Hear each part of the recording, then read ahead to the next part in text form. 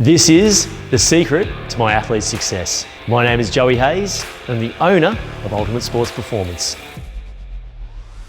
What's the point of being the biggest, fastest, strongest and fittest at the start of the season if you're going to lose those gains by the time finals come around? The sports science terminology for this process of losing strength, speed, power and hypertrophy is called reversibility. In other words, you either use it or lose it. Whilst many athletes perform strength training in the off-season, very few continue to strength train in season. As many athletes fear injury, overtraining, fatigue, soreness and reduced performance, which are all highly possible when coaches and athletes have no idea on how to perform in-season strength training safely and effectively. In this video, I'm going to outline exactly what you need to do to reap the benefits of in-season strength training. So, what are the main benefits of in-season strength training? Number one, the maintenance or increased strength and power as the season progresses. Number two, the maintenance or increased hypertrophy and muscle mass. Number three, reduced risk and injury potential due to increased neural firing patterns and both the strength of the agonist and antagonist muscle groups. Some of my most successful examples of in-season strength training are Courtney Hancock, who won the Coolangatta Gold at the start of the season on the 14th of November 2021 and finished runner-up in the X-Dine Classic in February 2022.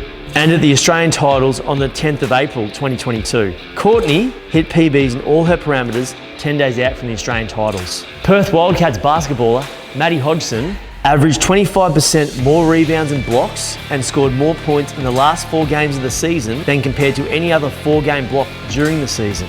In other words, he got better as the season went on. Triathlete Travis Coleman took out events at the start of the triathlon season on the 28th of November 21 and followed up with wins again in May at the Byron Triathlon. Trav continues to get stronger the longer the season progresses. His data in the gym is reflective of that. 3 tips you can implement immediately for your strength training in season. Number one, reduce range of motion in certain lifts. For example, instead of performing a clean grip deadlift from the floor, you may perform a remaining deadlift from the racks. Reduce training volume instead of intensity. So you may effectively halve the work sets you'd normally perform compared to the off season. Reduce training frequency. So instead of 3 to 4 gym sessions you may normally perform in the off season, you may reduce that training frequency to 1 to 2 exposures per week.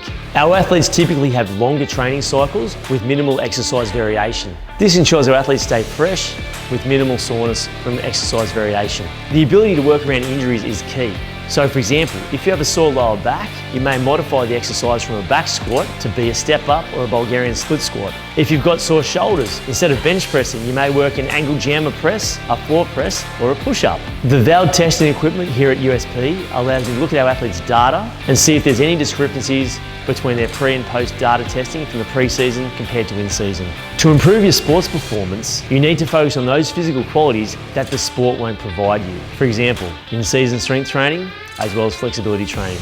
It's a great combination that ensures your strength levels are going to be up in finals time when it matters most. It also ensures your body's going to stay injury-free to make sure you can get through the season unscathed and perform at the elite level in finals time when it matters most. For more information, click the link below to find out how we can help take your performance to the next level today.